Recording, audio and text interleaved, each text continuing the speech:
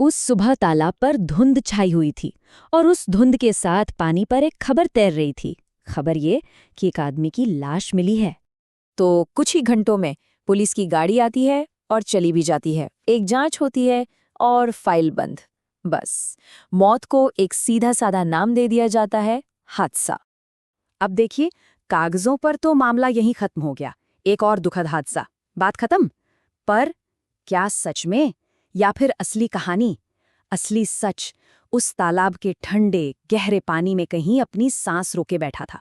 अच्छा, इस हादसे की पूरी कहानी समझने के लिए ना हमें वक्त में थोड़ा पीछे जाना होगा। ठीक 24 घंटे पीछे। जगह यही थी, वही तालाब का किनारा। अंधेरा घना था और उस अंधेरे में परेश नाम का एक आदमी खड़ा था और वो अकेला नहीं था। और फिर उस खामोशी को चीरती हुई एक आवाज आती है। ऐसी आवाज जो ठंडी थी, साफ थी और सीधे अतीत से आ रही थी।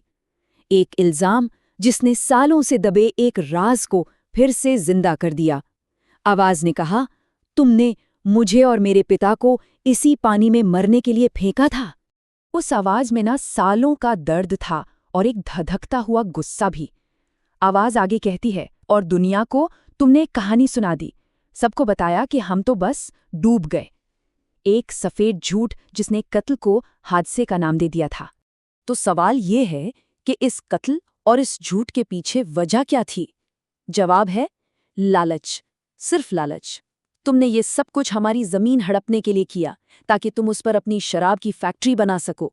हमारी जिंदगियों का सौदा कर लिया अपनी तिजोरी भरने के लिए। अब इरादा बिल्कुल साफ था, कोई माफी नहीं, कोई रहम नहीं।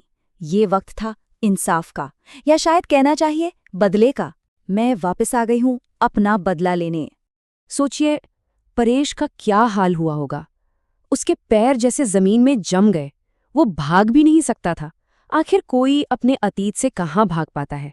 और उसका अतीत तो एक आत्मा बनकर ठीक उसके सामने खड़ा था, अपना फैसला सुनाने के लिए। आज तुम्हें भगवान भी मुझसे नहीं बचा पाएगा। और फिर बस एक पल लगा, एक अनदेखा जोरदार धक्का, और परेश हवा में था।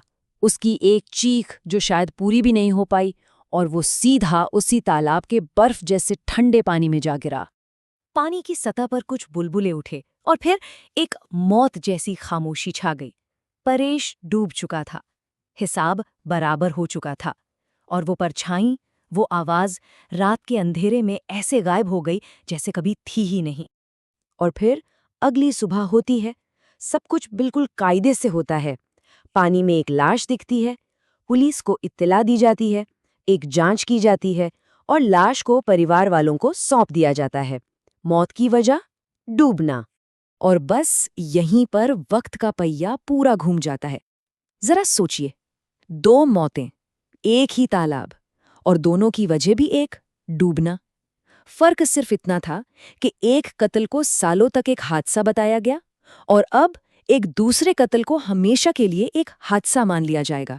तो एक जरूरी बात, ये एक काल्पनिक कहानी है और इसकी सभी किरदार भी काल्पनिक हैं। इसका मकसद किसी की भी भावनाओं को ठेस पहुंचाना बिल्कुल नहीं है।